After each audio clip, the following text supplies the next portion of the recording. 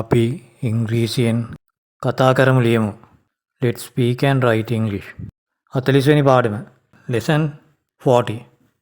අපේ ආහාර ගැන කතා කිරීමට අවශ්‍ය වන වචන රාශියක් ඔබට මෙම පාඩමෙන් ඉගෙන ගත හැකියි. ආහාරවල විවිධ රස ප්‍රකාශ කරන අයුරු අපි ප්‍රථමයෙන් ඉගෙන ගනිමු. Sweet පැණි රස ඇති, bitter තිත්ත, sour ඇඹුල්, salty ලුණු රස ඇති, hot දැවිල්ල. hot යන වචනය උණු සහ දැවිල්ල යන අදහස් ප්‍රකාශ කිරීමට යොදා ගනු ලැබේ. spicy කුළුබඩු සහිත සහ දැවිල්ල යන අදහස් ප්‍රකාශ කිරීමට යොදා ගනු ලැබේ. These curries are spicy. මේ ව්‍යාංජන දැවිල්ලයි. My mouth is burning. මගේ කට දනවා. මෙම වචන සඳහා උදාහරණ වාක්‍ය. Sweet පැණි රස ඇති. Sugar is sweet. සීනි පැණි රසයි. These mangoes are sweet. මේ අඹ පැණි රසයි. They are ripe. ඒවා ඉදිලා. Bitter තිත්ත. Bitter gourds are bitter. කරවිල තිත්තයි. This pill is bitter. මෙම පෙත්ත තිත්තයි. Some medicines are bitter.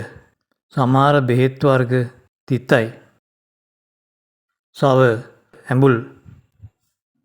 limes are sour. දෙහි ඇඹුල් රසයි. These grapes are sour. මේ මිදි ඇඹුල්. This mango is sour. මේ අඹය ඇඹුල්. salty ලුණු රස ඇති. sea water is salty. මුහුදු වතුර ලුණු රසයි. This curry is too salty for me. මේ ව්‍යංජනය ලුණු රස වැඩි මට.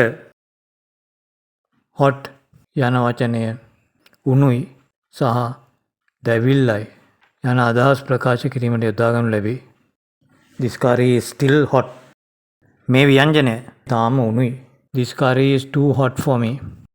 මේ ව්‍යංජනය දැවිල්ල වැඩි මට. My mouth is burning. මගේ කට දනවා. Spicy කුළුබඩු සහිතයි සහ දැවිල්ලයි යන අදහස් ප්‍රකාශ කිරීමට spicy යන වචනය යොදා ගනී. This curry is spicy. මේ ව්‍යංජනය දැවිල්ලයි. I like spicy food. මම කැමති කුළුබඩු සහිත ආහාරවලට. This soup is too spicy for me. මේ සුප් එකේ කුළුබඩු වැඩි මට. tasty, delicious සහ yummy යන වචන ආහාර රසවත් යයි කීමට යොදා ගනු ලැබේ.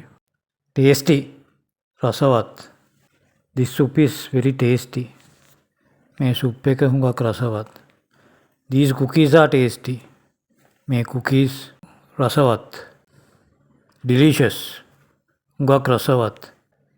This soup is delicious. මේ සුප් එක හුඟක් රසවත්. This dal curry is delicious.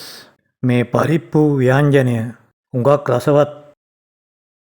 yummy හුඟක් රසවත්. This cake is yummy. මේ කේක් එක හුඟක් රසයි. bland flavorless සහ tasteless යන වචන රසවත් නැති යන අදහස ප්‍රකාශ කිරීමට යොදා ගනු ලැබේ. This soup is bland. මේ සුප් එක රසවත් නැහැ. This curry is flavorless. මේ ව්‍යංජනය රස නැහැ. These cutlets are tasteless. මේ cutlets රස නැහැ.